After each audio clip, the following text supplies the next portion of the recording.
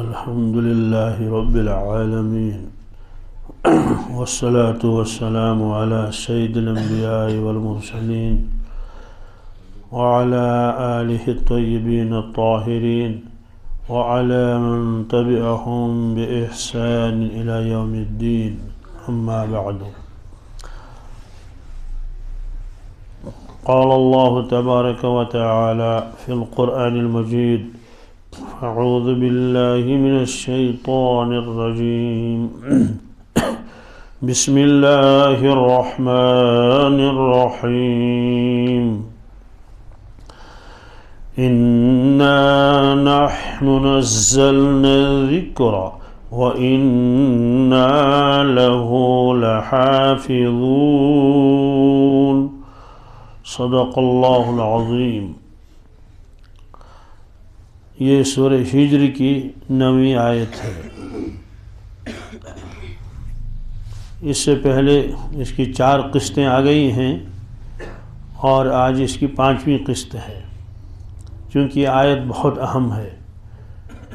اس آیت میں اللہ تبارک تعالیٰ نے فرمایا کہ بے شک یقیناً قرآن پاک کو ہم ہی نے نازل کیا اور اس قرآن پاک کی ہم خود حفاظت فرمائیں گے. جو اس سے پہلے آسمانی کتابیں نازل ہوئی ہیں اس کی حفاظت کی ذمہ داری اللہ تعالیٰ نے نہیں لی، بلکہ لوگوں کے اوپر اس کی ذمہ داری ڈالی گئی تھی.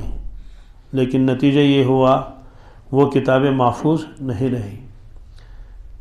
کسی موقع پر بادشاہ نے حملہ کر لیا اور جتنے بھی تورات کے نسخے تھے سب اپنے ساتھ لے گیا اور ان کو آگ میں جلا دیا یا سمندر میں دریا میں ڈال دیا.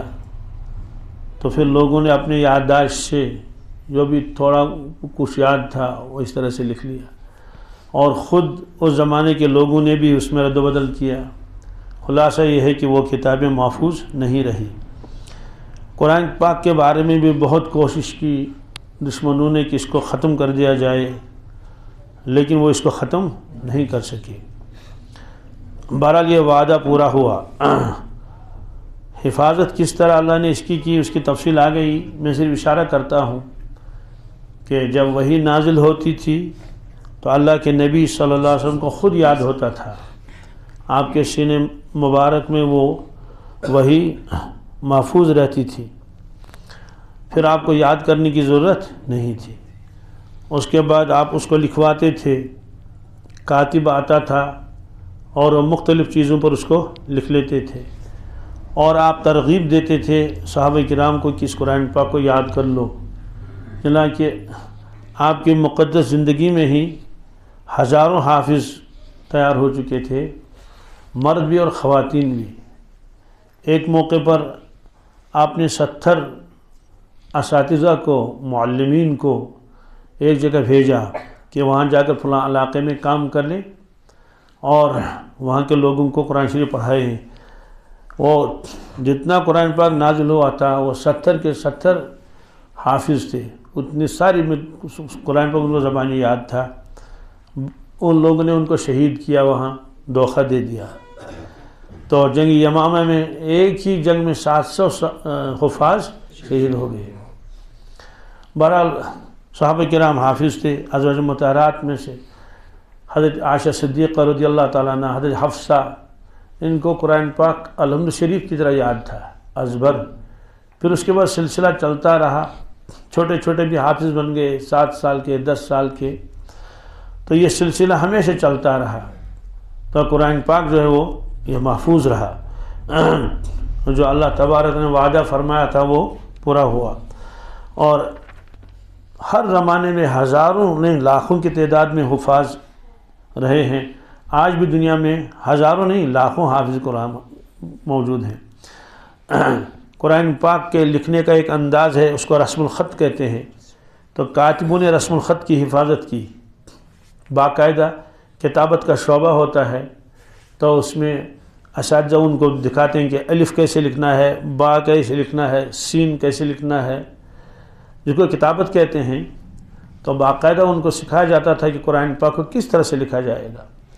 تو کاتبوں نے اس کے رسم الخط کی حفاظت کی. قاریوں نے اس کے طرز ادا کی حفاظت کی، کیا کہ اس لفظ کو کیسے پڑھیں گے، کہ کس طرح سے اس حروف کو ادا کریں گے، اس کا مخرج کیا ہے، اس کا اور یہاں مد کرنا اس کو کتنا کھینچنا ہے. تو کاتبوں کی دنیا الگ ہے اور قاریوں کی دنیا الگ ہے. اسی طرح سے پھر اس کے بعد کچھ حضرات آئے، انہوں نے اس کے رکوع گن لیے، کچھ لوگوں نے اس کی آیتیں گن لی، بعض لوگوں نے تو آیتیں تو کیا حروف گن لیے کہ اس میں حروف کتنے، کس صورت میں کتنے حروف ہیں. بعض لوگوں نے کہا قرآن پاک میں زبریں کتنی ہیں، کتابوں میں لکھا اتنے زبریں قرآن پاک میں ہیں، اتنے پیش قرآن پاک میں ہیں، اتنی زیریں قرآن پاک میں ہیں، اور تشدید کتنی جگہ ہے قرآن پاک میں اس کو الگ لکھ دیا، قرآن پاک میں اتنی جگہ تشدید آئی ہے. اور جزم جس کو ہم کہتے ہیں جزم کہاں ہے تو لکھا کہ جزم اتنی جزمیں ہیں، یہ کتابوں میں سب لکھا ہوا ہے. اور 2 زبر 2 زیر 2 پیش اس کو تنوین کہتے ہیں، تو یہ بھی لکھا ہے کہ قرآن پاک میں 2 زبریں کتنی جگہ ہیں اور 2 پیش اس کی تعداد کتنی ہے، 2 زیروں کی تعداد کتنی ہے. تو یہ اتنی محنت کی ہے اس کو. اور خاص طور سے سب سے بڑی جو چیز ہے وہ ہے قرآن پاک زبانی یاد کرنا. اور عجیب بات ہے اپنی زبان کا کتاب چاہے اتنا چھوٹا ہو وہ یاد کرنا بچوں کو مشکل ہو جائے گا، لیکن جب قرآن پاک ان کو دیتے ہیں تو قرآن پاک کو یاد کر لیتے ہیں. مادری زبان چاہے اردو ہو، کشمیری ہو یا انگریزی ہو، کچھ بھی ہو.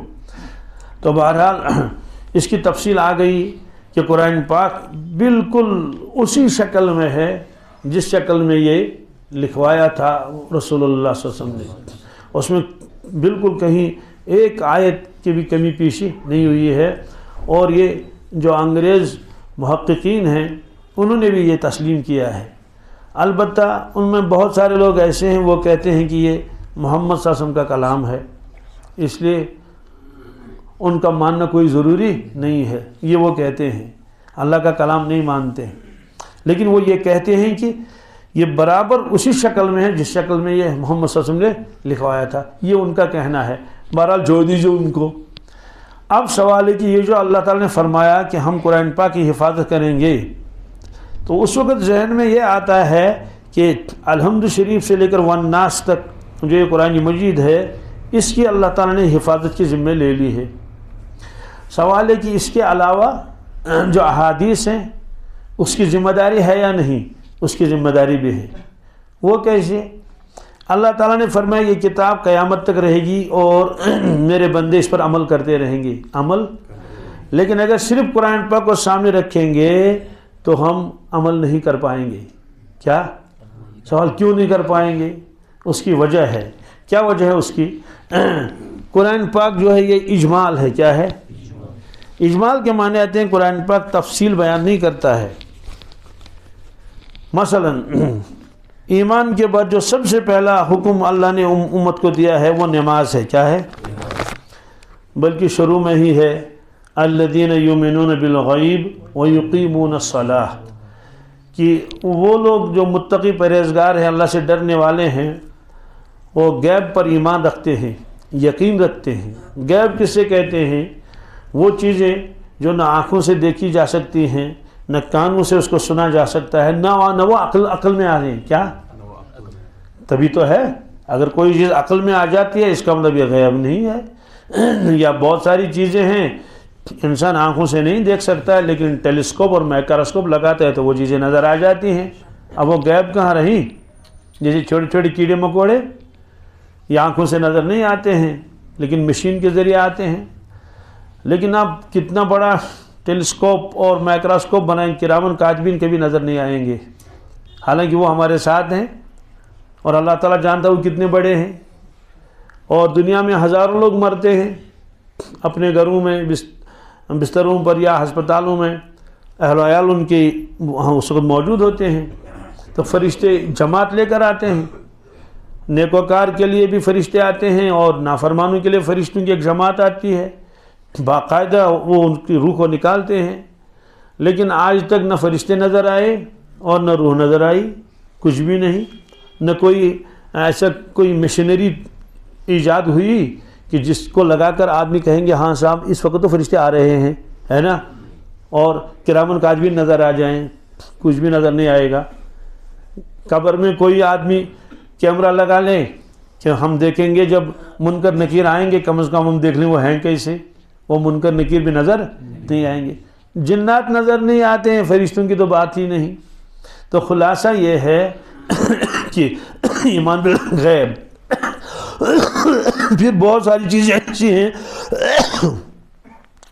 وہ یہاں سے بہت دور ہے، جیسے سدرۃ المنتہا ہے، پہلا والا آسمان تو یوں نظر آتا ہے لیکن یہ تو 7 آسمان ہیں۔ پھر جنت ہے، جنت بنی ہوئی ہے، یہ نہیں کہ اللہ تعالیٰ آپ جنت بنائیں گے تو محشر میں لوگ آئیں گے، اللہ تعالیٰ فرمائیں گے تھوڑا انتظار کر لو جنت بن رہی ہے۔ جنت ابھی جو ہے اس کی رنگائی ہو رہی ہے اور پتائی ہو رہی ہے، اور وہاں جو پینلنگ ابھی چل رہے ہیں، تھوڑا انتظار کر لو جب تک تمہارا مکان تیار ہو جائے۔ عجیب بات ہے، ہزاروں برس پہلے پروردگار نے جنت بنا کے رکھ دی ہے، اور وہ پرانی بھی نہیں ہوگی۔ اللہ کے نبی صلی اللہ علیہ وسلم خود جنت میں تشریف لے گئے، آپ نے جنت کے مکانات دیکھے، اور آپ نے خود فرمایا کہ میں نے ایک مکان کو دیکھا، یعنی اس کو دیکھ کر میں حیران ہو گیا، ایسا مکان خوبصورت۔ تو اس کے صحن میں ایک حور تھی، تو بہرحال میں نے جبریل امین علیہ السلام سے پوچھا یہ مکان کس کا ہے؟ تو انہوں نے کہا یہ حضرت عمر فاروق کا ہے رضی اللہ تعالیٰ عنہ۔ اب دیکھیے ابھی حضرت عمر فاروق دنیا میں ہیں، ابھی زندہ ہیں، اور حضرت تشریف لے گئے جنت میں، وہاں سے آ کر فرمایا میں نے آپ کا مکان دیکھ لیا، اور پھر یہ بھی فرمایا میں نے ارادہ کیا تھا میں اندر داخل ہو جاؤں لیکن اندر داخل نہیں ہوا۔ تو عرض کیا حضرت آپ اندر تشریف کیوں نہیں لے گئے؟ فرمایا ذکرت غیرتک، اے عمر آپ کی غیرت مجھے یاد آ گئی۔ غیرت کا مطلب یہ ہے کہ ہر جنتی خود اپنے مکان میں پہلے جائے گا، اس سے پہلے کوئی گیا نہیں ہوگا۔ ظاہر سی بات ہے کون جائے گا؟ وہاں تو نہ ترخان ہے، نہ راج مستری ہیں، اور نہ انجینئر ہے، کچھ بھی نہیں۔ اللہ نے اپنے قدرت سے جنت کو بنایا ہے، اس لیے وہاں جنتی خود جائے گا۔ فرمایا کہ مجھے آپ کی غیرت یاد آ گئی، رواہ البخاری۔ اس کے بعد لکھا کہ فبکا عمر، حضرت عمر فاروق رضی اللہ عنہ روئے، چیخ نکلی، کہا علیک اغار یا رسول اللہ، کیا میں آپ پر غیرت کر لوں؟ تو بہرحال جنت پہلے سے بنا رکھی اللہ تعالیٰ نے، لیکن نظر تو نہیں آ رہی ہے۔ دوزخ بھی بنی ہوئی ہے، آپ نے خود دوزخ کو دیکھا، اور یہ بھی فرمایا میں نے دوزخ میں فلاں فلاں کو دیکھا۔ بعض افراد کا نام بھی آپ نے لیا، ایک ہے عمرو بن لحی، وہ جس نے سب سے پہلے بت لایا تھا مکہ میں، آپ نے فرمایا میں نے اس کو دوزخ میں دیکھا، اس کی آنتیں نکل گئی تھیں، اس کی آنتیں۔ تو بہرحال آپ نے یہ ساری چیزیں دیکھ لی، تو یہ غیب ہے، یؤمنون بال۔ تو اس کے بعد جو سب سے پہلا فریضہ امت کے اوپر ہے وَيُقِيمُونَ الصَّلَاةَ، کہ وہ نماز کی پابندی کرتے ہیں۔ اسی طرح اللہ نے حکم دیا بہت جگہ قرآن پاک میں وَأَقِيمُوا الصَّلَاةَ وَآتُوا الزَّكَاةَ۔ اب سوال یہ ہے اگر صرف قرآن پاک کی حفاظت ہوگی اور اس کی تشریحات جو احادیث ہیں وہ نہیں، دنیا کا کوئی ایک آدمی بھی نماز نہیں پڑھ سکتا، کیا ساتھ کیوں نہیں پڑھ سکتا؟ مجھ سے کہیں ٹھیک ہے ظہر کی نماز آپ کو پڑھنی ہے، وہ کہے گا جی ہم نے پڑھا، کتنی رکعتیں پڑھو گے؟ وہ کہے گا جب احادیث نہ ہوں، کیا وہ کہے گا یہ تو مجھے معلوم نہیں، کیونکہ قرآن پاک میں کہیں بھی نہیں لکھا کہ ظہر کی نماز جو ہے 10 رکعتیں ہیں، کہ پہلے 4 سنتیں پڑھ لو، پھر 4 فرض پڑھ لو، اس کے بعد 2 سنتیں پڑھ لو۔ یہ قرآن پاک میں کہیں نہیں لکھا ہے، نہ یہ لکھا ہے کہ ظہر کی 4 رکعتیں ہیں، نہ یہ لکھا ہے عصر کی 4 رکعتیں ہیں، نہ یہ لکھا ہے کہ مغرب کی 3 رکعتیں ہیں، نہ یہ لکھا ہے کہ عشاء کی 4 رکعتیں ہیں، پھر 2 سنت 3 وتر، نہ یہ لکھا ہے کہ آپ قرات زور سے کریں گے یا آہستہ سے کریں گے۔ جمعہ کی نماز کا تذکرہ تو ہے لیکن کتنی رکعتیں ہیں یہ نہیں لکھا ہوا ہے۔ خطبے کا تو ہے لیکن یہ پہلے نہیں کہ خطبہ پہلے پڑھیں گے یا نماز پہلے پڑھیں گے، یہ کہیں نہیں لکھا ہوا ہے۔ تو تہجد کتنی رکعتیں پڑھیں گے، اشراق کتنی پڑھیں گے، چاش، پھر نماز پڑھیں گے اسے کیا پہلے سجدہ کریں گے یا پہلے رکوع کریں گے، یہ بھی تو نہیں لکھا ہوا ہے۔ ہاں کہیں کہیں اشارہ قرآن پاک کا ملتا ہے، وَرَتِّلِ الْقُرْآنَ تَرْتِيلًا، قرآن پاک پڑھ لو، فَاقْرَؤْا مَا تَيَسَّرَ مِنَ الْقُرْآنِ، ہے کہ یا تو یہ لیکن اس ترتیب کے ساتھ ایسے ہاتھ باندھیں گے، ایسے رکوع میں یہ پڑھیں گے، پھر اتحیات کا کہیں تذکرہ ہی نہیں. کس کا؟ اتحیات کا کہیں قرآن پاک میں تذکرہ کہ 2 رکعتوں میں اتحیات کر لیں. سلام کا بھی تذکرہ نہیں کیا، السلام علیکم ورحمۃ اللہ، السلام علیکم ورحمۃ اللہ. خلاصہ یہ ہے اگر احادیث ہمارے سامنے نہ ہوں، احادیث ہمارے سامنے نہ ہوں، بس کوئی حدیث نہیں، تو 2 رکعتیں بھی آدمی نہیں پڑھ سکے گا. فجر کی نماز کیا پڑھے گا؟ ہم کہیں گے بتاؤ کتنی رکعتیں پڑھنی ہے؟ وہ کہیں گے بھائی قرآن پاک میں دیکھیں گے. ہم نے کہا قرآن پاک میں فجر تو آیا ہے، قسم ہے فجر کی، لیکن کتنی رکعتیں کہیں نہیں لکھا ہے. اور پھر قرات زور سے کرنی ہے آہستہ کرنی ہے. تو معلوم یہ ہوا کہ ایمان کے وہ جب سے پہلا فریضہ ہے اس پر بھی امت عمل نہیں کر سکے گی.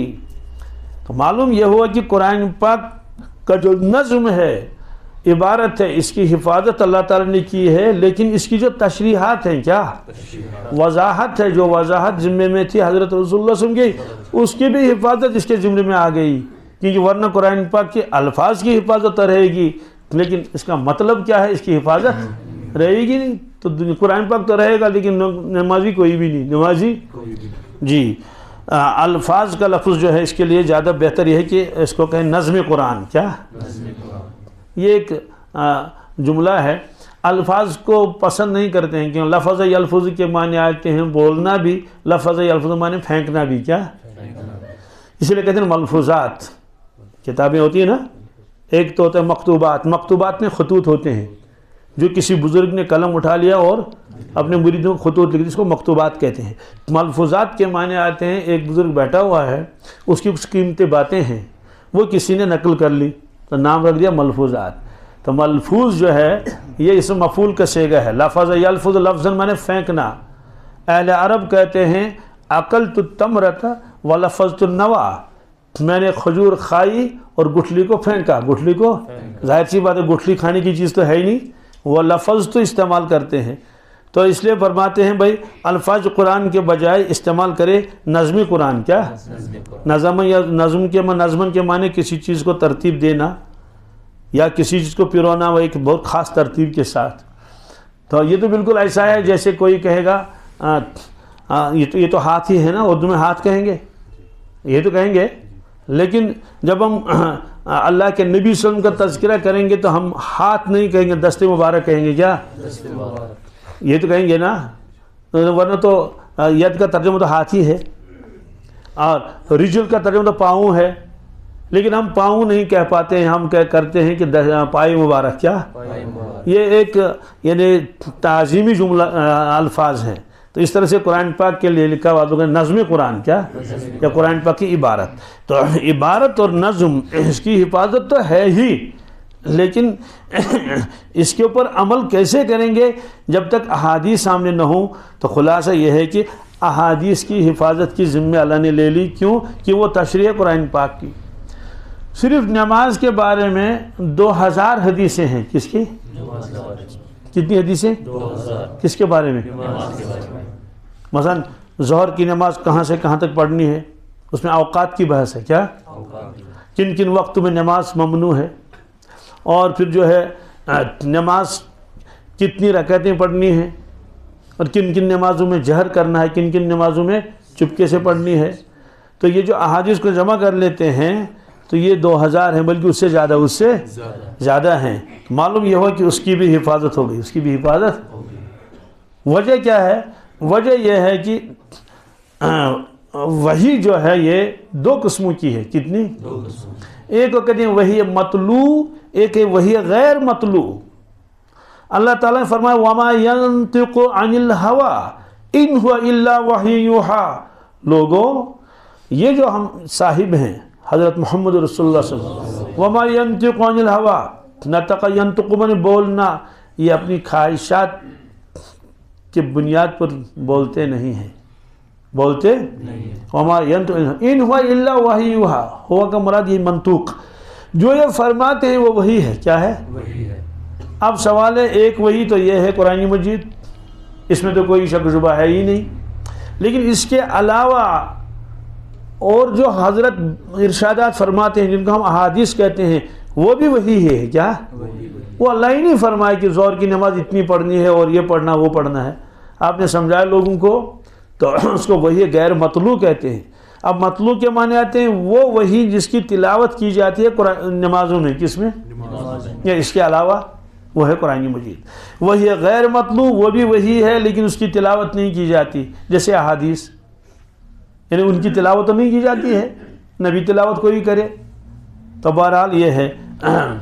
آپ نے فرمایا الا انی اوتیت القرآن ومثلہ، لوگو مجھے اللہ کی جانب سے قرآن پاک ملا اور اس جیسا،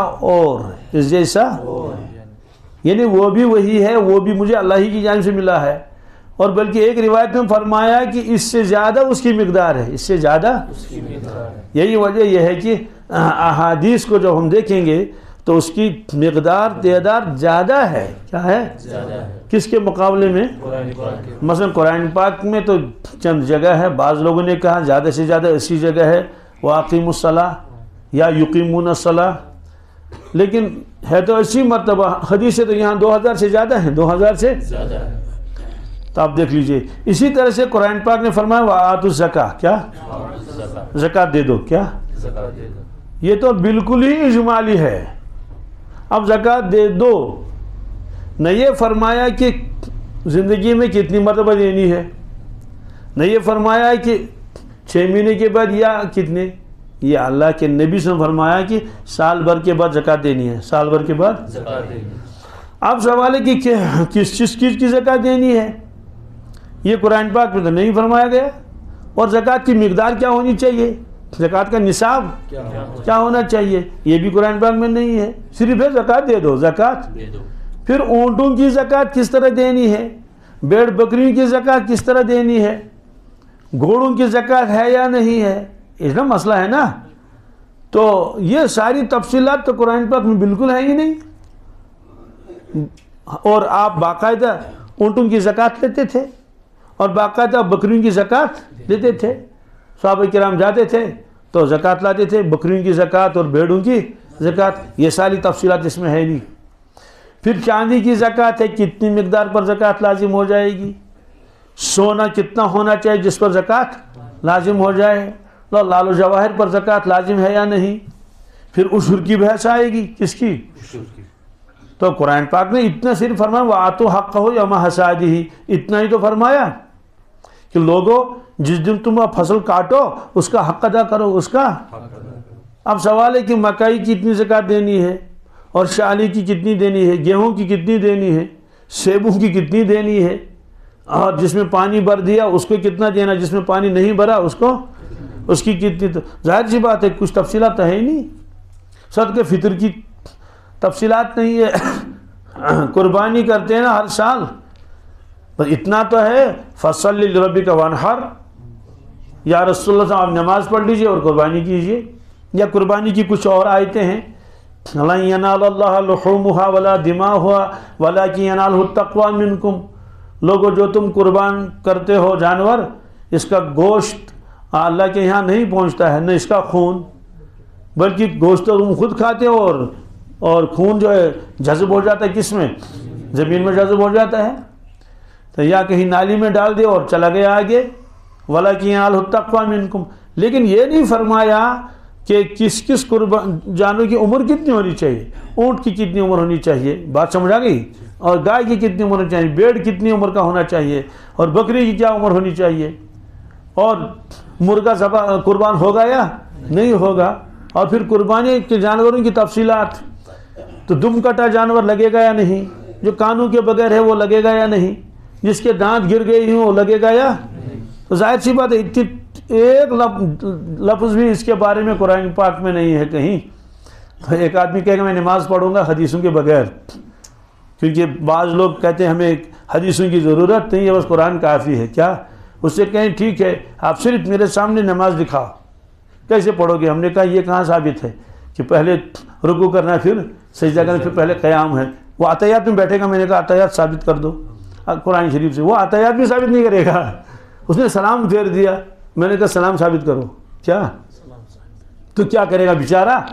چنانچہ یہ طبقہ ایک نکلا تھا دنیا میں، انہوں نے انکار کیا حدیث کا، اور اب انکار، اگر منکرین حدیث کہیں گے، نام رکھیں گے تو لوگ تو کہیں گے بھائی تم تو منکر حدیث ہو، نام رکھ دیا اہل قرآن، کیا ہم تو اہل قرآن ہیں.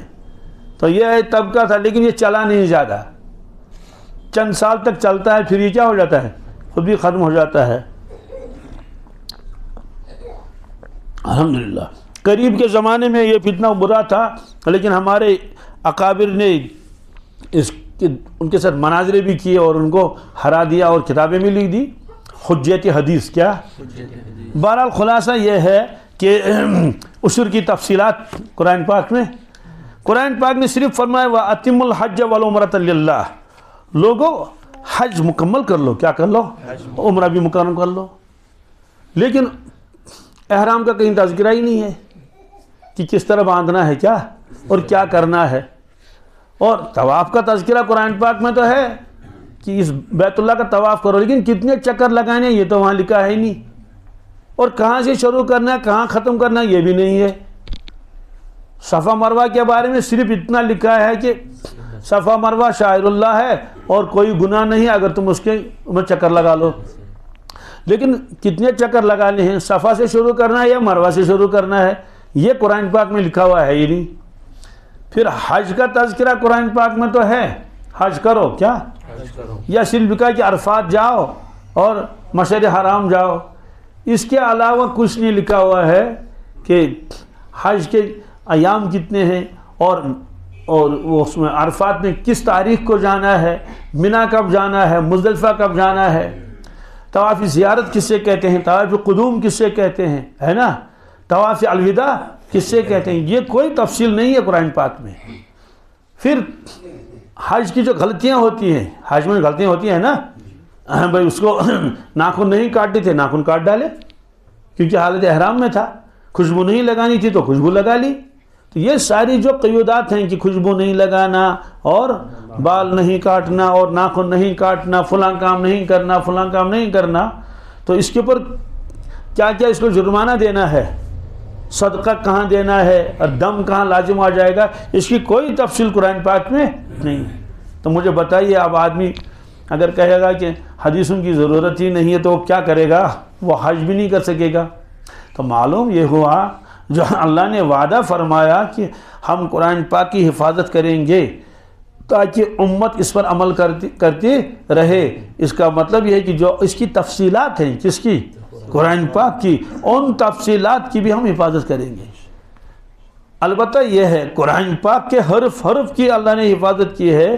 احادیث میں اسی لیے جب کوئی قل هو اللہ احد پڑھے گا وہ کہے گا قل هو اللہ احد اللہ الصمد لم یلد ولم یولد ولم یکن له کفوا احد او کما قال، ایسا نہیں کہے گا نا کہ ایسا ہی اللہ نے فرمایا. نہیں، حدیثوں کے بارے میں جب حدیث پڑھے گا پھر کہے گا او کما قال رسول اللہ صلی اللہ علیہ وسلم، کہ جو میں نے الفاظ کہے ہیں حدیث کے ایسے ہی حضور نے فرمایا. مطلب یہ ہے کہ الفاظ میں آگے پیچھے کچھ ہو سکتا ہے، زبر زیر میں کچھ ہو سکتا ہے، الفاظ بدل سکتے ہیں، الفاظ بدل سکتے ہیں کہ نہیں.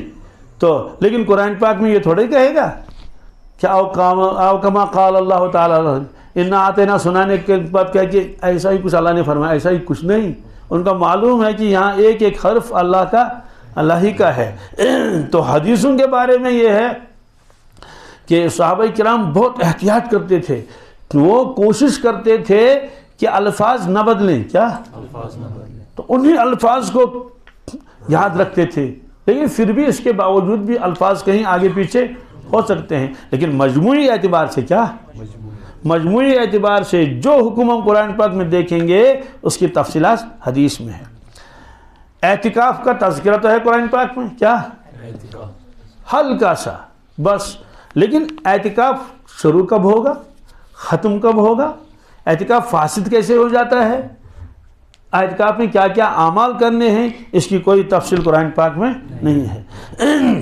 وراثت کا جو قرآن پاک میں آیتیں ہیں وہ کل 20 سطریں ہیں. کتنی یہ بالکل طے ہے.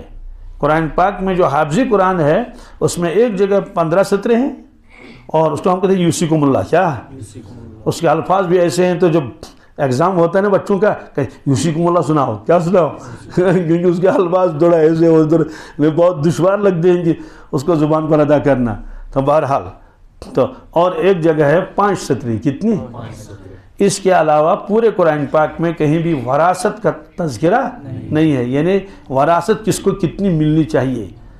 تو ظاہر سی بات ہے کیا 20 سطریں ہوں گی کل تو اسے ساری وراثت تقسیم ہو جائے گی؟ کس کو کتنا ملے گا؟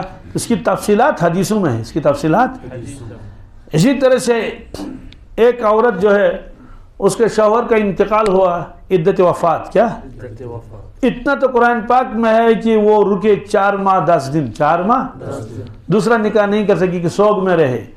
لیکن اس کو یہ 4 ماہ 10 دن کس طرح سے گزارنے ہیں اس کی تفصیل قرآن پاک میں نہیں ہے. اس کی تفصیل اللہ کے نبی صلی اللہ علیہ وسلم نے فرمائی، وہ احادیث میں ہے. اسی طرح سے جو مطلقہ عورتیں ہیں جن کی طلاق ہو گئی، کیا قرآن پاک نے صرف اتنا فرمایا ثلاثۃ قروء، اتنے وقت تک وہ رک جائیں، اتنے وقت تک. لیکن اس کے احکامات کہ نان نفقہ، وہ ساری چیزیں اور یہ اور وہ تفصیلات، وہ ساری تفصیلات قرآن پاک میں نہیں ہے. خرید و فروخت، کیا تو خرید فروخت کے تو ہزاروں مسائل ہیں. کتنے؟ کہ بے فاسد کیسے ہو جاتی ہے، بے منعقد کیسے ہو جاتی ہے. اس کے تو احادیث میں اس کا تو بڑا ذخیرہ ہے، لیکن قرآن پاک میں اس کی تفصیلات. تو اس سے معلوم ہوا کہ اللہ تعالیٰ نے فرمایا میں قرآن پاک کی حفاظت کروں گا، اور اس کا مطلب تو یہ ہوا کہ قرآن پاک کی جو تفصیلات ہیں اس کی حفاظت کی بھی ذمہ داری اللہ تعالیٰ نے لے لی ہے. اب دیکھیے ہم 2-3 چیزیں بتاتے ہیں. قرآن پاک میں واقعات بھی ہیں، کیا ہیں؟ لیکن واقعات جو ہیں وہ کسی جگہ اور مختصر ہے، کس کا واقعہ ہے کچھ پتہ نہیں. مثلا ابراہیم علیہ السلام نے مناظرہ کیا ایک شخص کے ساتھ. وہ شخص کون تھا؟ قرآن پاک میں اس کا نام سورہ بقرہ میں ہے. أَلَمْ تَرَ إِلَى الَّذِي حَاجَّ إِبْرَاهِيمَ فِي رَبِّهِ أَنْ آتَاهُ اللَّهُ الْمُلْكَ. کیا آپ نے دیکھا اس شخص کو جس نے جھگڑا کیا ابراہیم علیہ السلام کے ساتھ رب کے بارے میں؟ کس کے بارے میں؟ اس لیے کہ ہم نے اس کو حکومت دی تھی، اور وہ کیا کرتا تھا؟ مناظرہ کرتا تھا. تو ابراہیم علیہ السلام سے مناظرہ ہوا. اذ قال ابراہیم ربی الذی یحیی و یمیت. ابراہیم علیہ السلام نے کہا میرا رب وہ ہے جو زندہ کرتا ہے اور مارتا ہے. کیونکہ وہ شخص کہتا تھا کہ مجھے رب مانو، کیا تو جب حضرت نے فرمایا میرا رب تو وہ ہے جو زندہ کرتا ہے مارتا ہے، قال انا احیی و امیت، اس نے کہا میں بھی زندہ کرتا ہوں مارتا ہوں. اس نے کہا کیسے؟ اس نے کہا کہ 2 شخص جیل میں ہیں، کیا ہے؟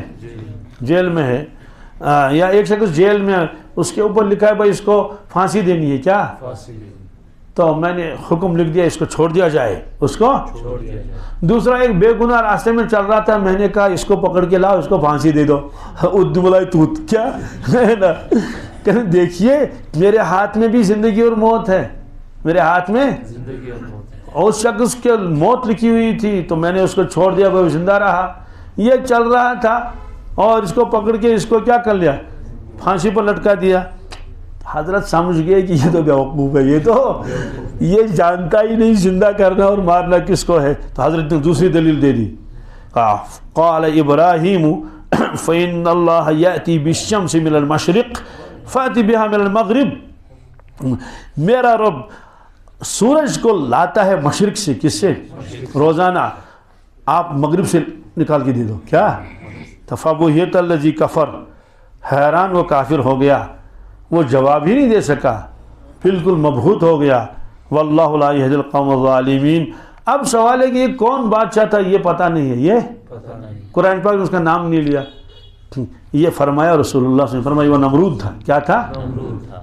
اور اس کے ساتھ اس نے مناظرہ کیا حضرت ابراہیم علیہ السلام کے ساتھ.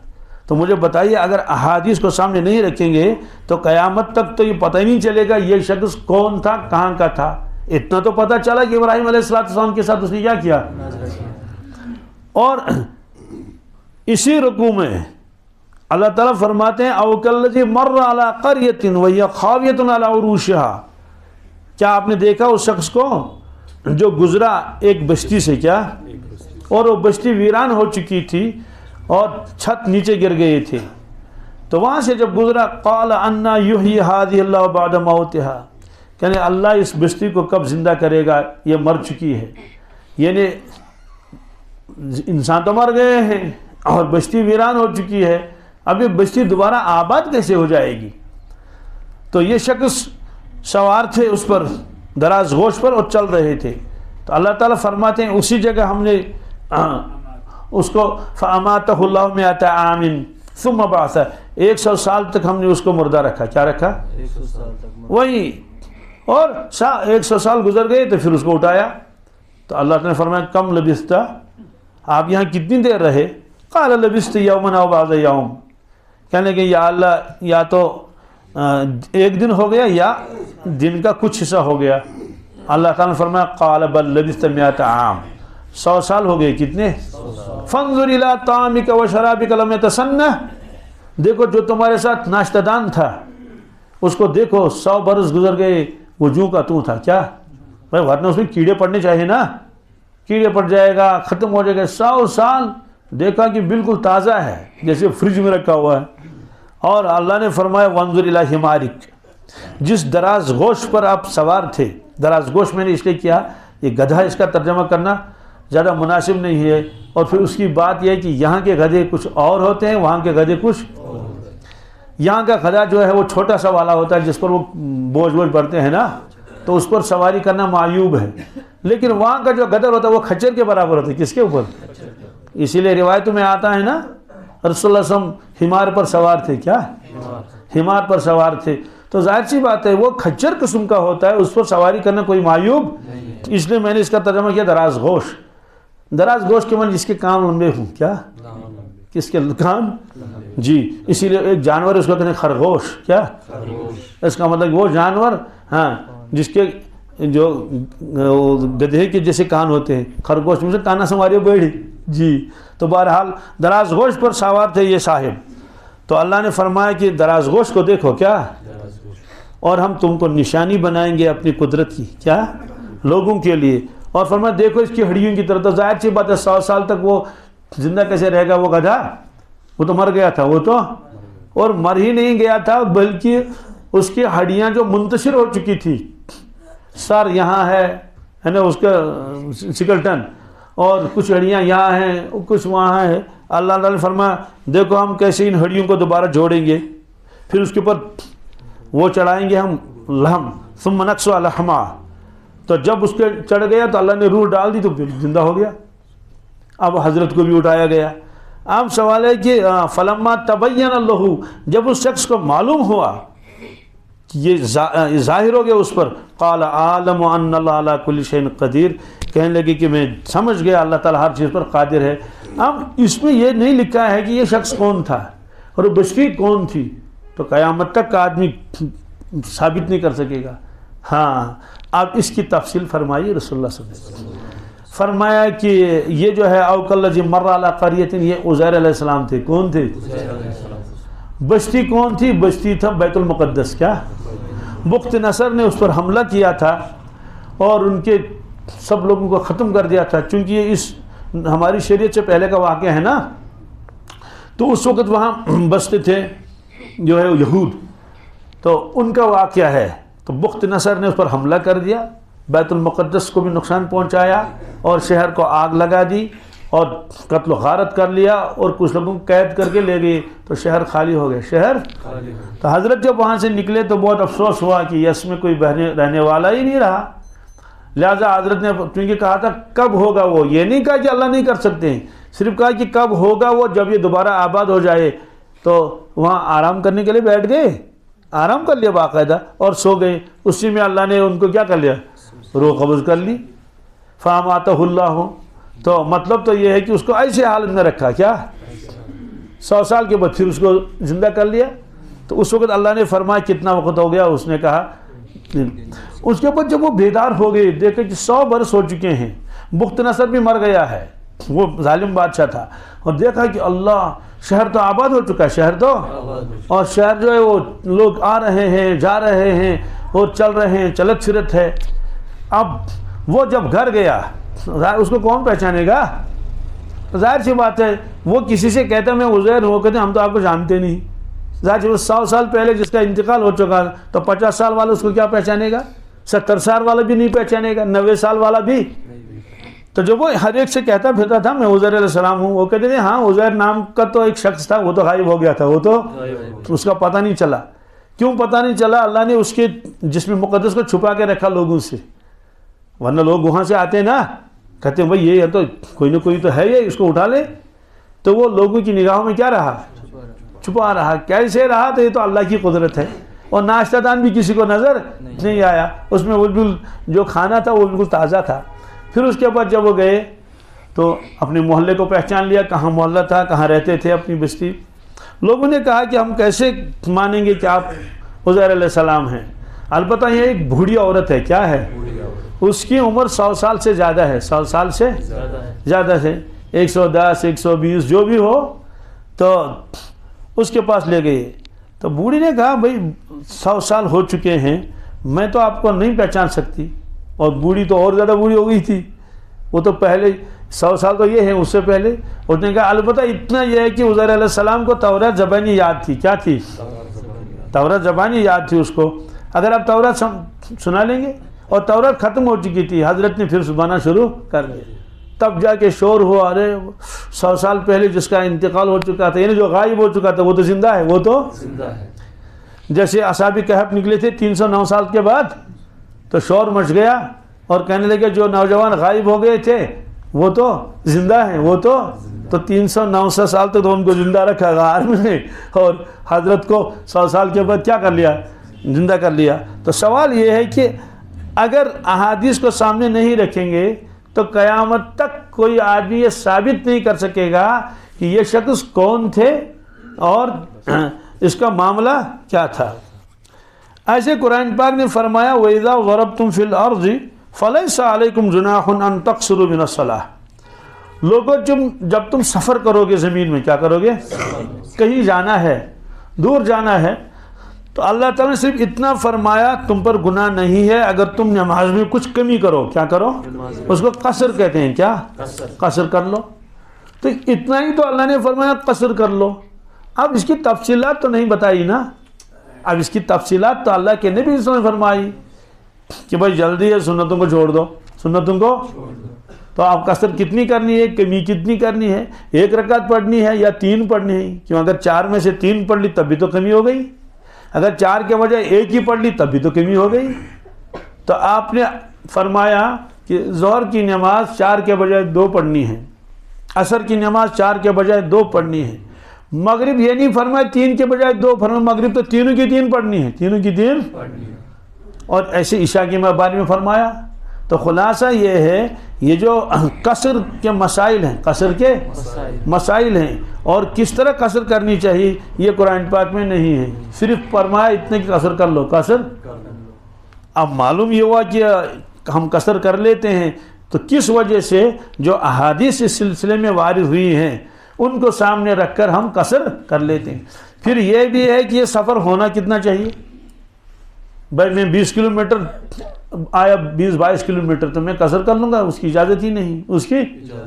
اب یہ اللہ کے نبی صلی اللہ علیہ وسلم فرمائیں گے کہ یہ قصر جو ہے وہ کتنی مسافت کی ہونی چاہیے. تو پھر فقہاء کرام اس میں مزید اور اضافہ کر لیں گے اور وہ اندازہ بتا دیں گے کہ اتنے میل ہونے چاہیے، اتنے کلومیٹر ہونی چاہیے. تو خلاصہ یہ ہے کہ کوئی آدمی زندگی میں قصر کر ہی نہیں سکے گا، کرے گا تو کیسے کرے گا؟ اگر صرف قرآن پاک کو سامنے رکھے گا. ایسے ہی قرآن پاک نے ایک واقعہ بیان کیا کہ موسیٰ علیہ السلام کھڑے ہو گئے، لیکن سب تفصیلات قرآن پاک میں ہے ہی نہیں. قرآن پاک میں صرف یہ ہے کہ موسیٰ علیہ السلام نے اپنے جوان خادم سے فرمایا کہ چلو ہمیں سفر کرنا ہے. کیا جانا کہاں ہے؟ جہاں 2 دریا ملتے ہیں، مجمع البحرین. کیا چلے گئے. جب وہاں پہنچے تو ناشتہ دان میں تھا ایک مچھلی رکھی ہوئی تھی، تو وہ مچھلی زندہ ہو گئی اور اس میں چلی گئی دریا میں. حضرت اس وقت آرام کر رہے تھے. پھر اس کے بعد نکلے آگے، بہت چلتے رہے. حضرت کو تھکاوٹ ہو گئی موسیٰ علیہ السلام کو. تو اپنے خادم سے کہا کہ بھائی تھکاوٹ تو بہت ہو گئی ہے، ذرا کچھ ناشتہ کر لیں۔ اس وقت اس کو یاد آیا، اس نے کہا حضرت وہ جو مچھلی ہم نے رکھی تھی وہ تو اس سے ٹھیلے سے نکل گئی اور وہ تو دریا میں کود گئی تو زندہ ہو گئی۔ آپ نے فرمایا اف وہی جگہ تو تھی ہماری، اب وہ واپس آ گئے۔ کیا آ گئے؟ تو قرآن پاک نے فرمایا کہ انہوں نے وہاں ایک بندے کو پایا جو میرے بندوں میں سے ہے، فوجدا عبدا من عبادنا، ان دونوں نے ایک ہمارے ایک بندے کو پا لیا، وہاں ملاقات ہو گئی۔ آتیناہ رحمۃ من عندنا، جس کو ہم نے رحمت دی تھی اپنے پاس سے، وعلمناہ من لدنا علما، اور ہم نے اس کو اپنے پاس سے ایک علم دیا تھا، علم لدنی۔ کیا؟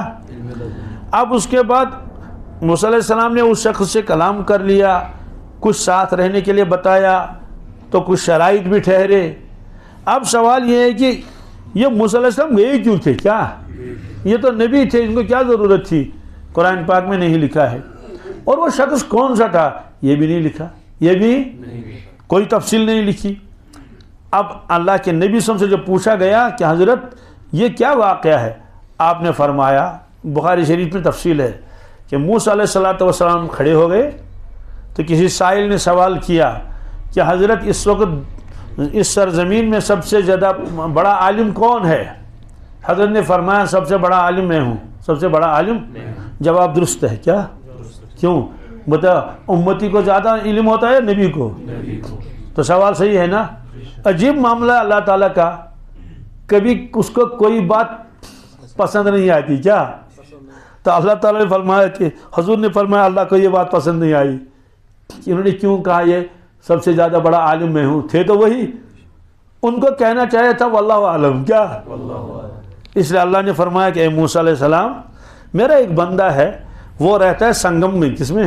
سنگم کسے کہتے ہیں؟ جہاں دو دریا ملتے ہیں۔ اس لیے آپ سفر کر لو، سفر چند دن ان کے پاس رہو، میں نے ان کو ایسا علم دیا ہے جو آپ کے پاس۔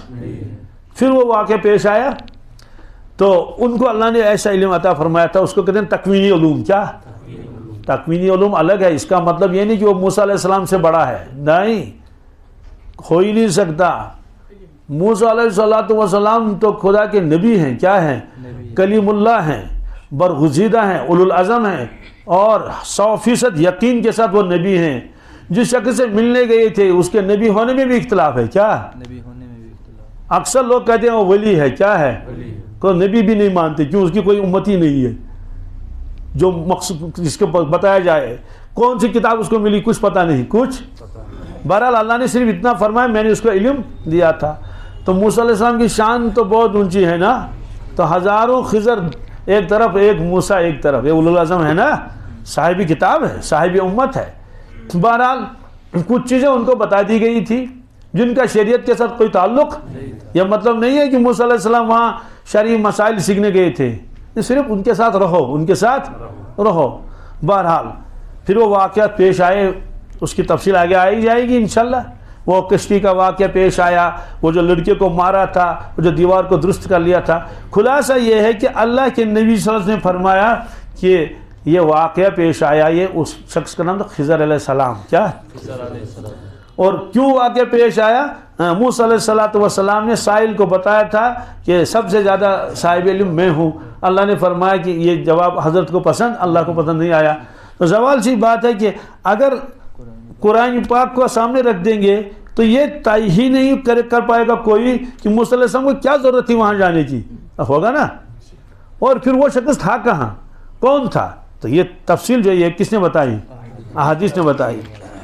تو اس طرح سے کتنے واقعات قرآن پاک میں ہے۔ ایسے ہی حضرت سلیمان علیہ السلام جو اپنے دربار میں بیٹھے تھے تو ایک خاتون تھی جو وہ کرتی تھی حکومت۔ کیا؟ قرآن پاک نے اس کا نام نہیں لیا، حدیثوں میں نا اس کا نام بلقیس تھا۔ کیا؟ تو بلقیس آ رہی تھی سلیمان علیہ السلام کی خدمت میں اسلام قبول کرنے کے لیے، ویسے تو کلمہ پڑھ چکی تھی وہ۔ تو اس کے پاس ایک تخت تھا، بہت زبردست قیمتی تخت، اس میں لال و جواہر لگے ہوئے تھے۔ تخت کا تذکرہ قرآن پاک میں ہے، وَلَهَا عَرْشٌ عَظِيمٌ۔ تو حضرت بیٹھے ہوئے تھے، حضرت نے فرمایا یا ایھا الملأ، کیا؟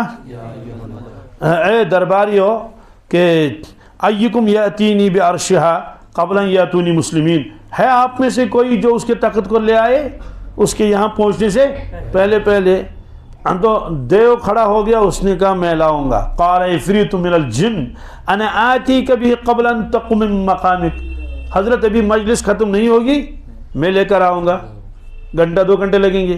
اور جانے آنے میں نے ایک مرتبہ دیکھا تھا، آج مجھے یاد نہیں، بہت وقت پہلے ہو گیا، شاید 3000 کلومیٹر کیا جانا اور آنا.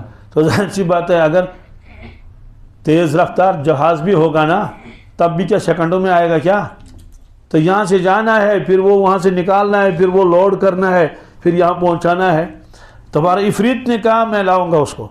حضرت نے فرمایا یہ تو دیر ہے، یہ تو پھر حضرت نے فرمایا اور ہے کوئی جو لے کر آئے تخت کو یہاں اس سے پہلے کہ بلقیس پہنچے. قال الذي عنده علم من الكتاب انا آتيك به قبل ان يرتد اليك طرفك. سبحان اللہ. وہاں ایک صاحب تھے بڑے بس عاجزی کے ساتھ کہنے کہ حضرت مجھے اجازت ہے کیا؟ یہ جو ہوتے ہیں نا چھپے ہوئے رزدم، یہ بالکل سیدھے سادے ہوتے ہیں. کہنے کہ مجھے اجازت ہے. حضرت نے فرمایا ہاں لیکن ٹائم کتنا لگے گا؟ فرمایا کہ آنکھ جھپکنے کے برابر. کیا یہ یرتد الیک طرفک، اس کا مطلب یہ ہے کہ 2 معنی ہیں. ایک معنی ہے کہ آپ اپنا سر مبارک ادھر کر لیں اور پھر فوراً واپس لائیں. اس سے پہلے لاؤں گا کیا، یعنی اس سے پہلے لاؤں گا. دوسرا مطلب ہے کہ آپ آنکھ مبارک بند کریں پھر کھولیں، زیادہ دیر.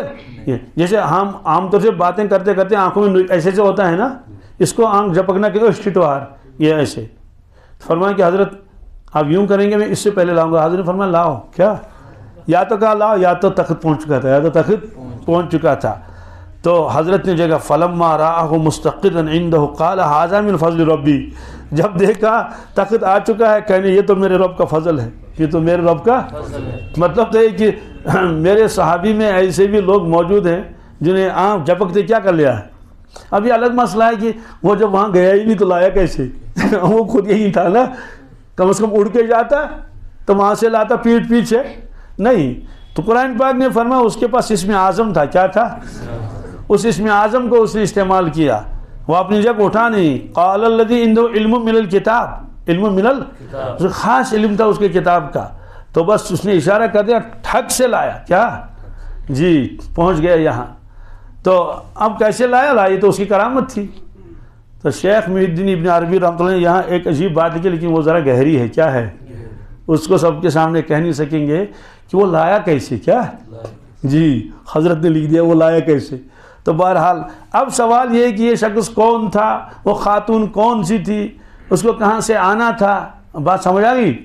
اور یہ کیا ضرورت تھی اس تخت کو لانے کی، یہ ساری تفصیلات اللہ کے نبی صلی اللہ علیہ وسلم فرمائی کہ حدیثوں میں ہے کہ وہ جو ہے وہ بلقیس تھی، کیا تھی، اور فلاں ملک میں وہ رانی تھی، وہاں کی بادشاہ تھی، اور یہ شخص تھا حضرت آصف ابن برقیہ رضی اللہ تعالیٰ عنہ.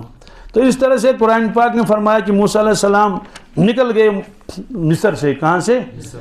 کیونکہ فرعون نے جو ہے وہ اس کے لیے وہ ہٹ آرڈر جس کو آج کہتے ہیں کہ اس کو لاؤ اور اس کو کیا کریں گے، قتل کر دیں گے، شہید کر دیں گے.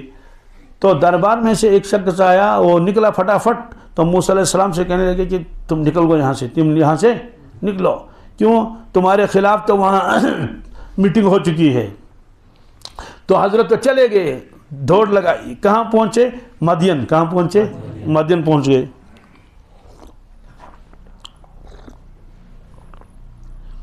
تو پھر وہاں کیا کیا ہوا، کیا کس طرح ہوا، کیا کیا باتیں ہوئی، اور حضرت نے کیا کیا وہ شرائط کر لیے، پھر واپسی کب ہوئی، کیا کیا ہوئی، اور وہ شخص کون تھے جہاں وہ تشریف لے گئے مدین جب پہنچے تھے. اس کی تفصیلات قرآن پاک میں اجمال ہے. اس کی تفصیل بتائی اللہ کے نبی صلی اللہ علیہ وسلم کہ وہ شخص شعیب علیہ السلام تھے. کیا تھے جی؟ وہ جو بچیاں تھیں اور اس کی ساری تفصیلات بتائی اللہ کے نبی صلی اللہ علیہ وسلم نے. تو خلاصہ اس کا یہ ہے کہ جو اللہ نے فرمایا کہ انا نحن نزلنا الذکر و انا لہ لحافظون، ہم نے ذکر کو نازل کیا. کس کو؟ یعنی قرآن پاک کو ہم نے نازل کیا اور ہم اس کی حفاظت خود کریں گے. تو ایک تو نظم قرآن کی حفاظت ہو گئی کہ یہ قیامت تک موجود رہے گا، اور جو اس کی تفصیلات ہیں کیا ہیں، جو احادیث میں ہے ان احادیث کی بھی اللہ تعالیٰ حفاظت فرمائیں گے۔ اب اس کے بعد ایک عام مسئلہ آتا ہے، وہ اگلی قسط میں وہ آئے گا کہ قرآن پاک کے بارے میں تو معلوم ہوا کہ لوگ یاد کرتے تھے قرآن پاک جیسے آج کل حفاظ یاد کرتے ہیں، یہ بھی معلوم ہوا کہ آپ اس کو لکھواتے بھی تھے، کیا لکھواتے بھی تھے، تو تب بھی محفوظ رہا۔ پھر اس کے بعد جو ہے جمع قرآن کا سلسلہ پیش آیا کہ حضرت ابو بکر صدیق رضی اللہ عنہ کے دور میں اعلان ہوا کہ جس کے پاس جتنا لکھا ہوا ہے وہ لے آئے، تو یہ ہے۔ لیکن احادیث کے بارے میں کیا ہے؟ کیا احادیث کے بارے میں کیا اللہ کے نبی صلی اللہ علیہ وسلم نے نہیں لکھوایا؟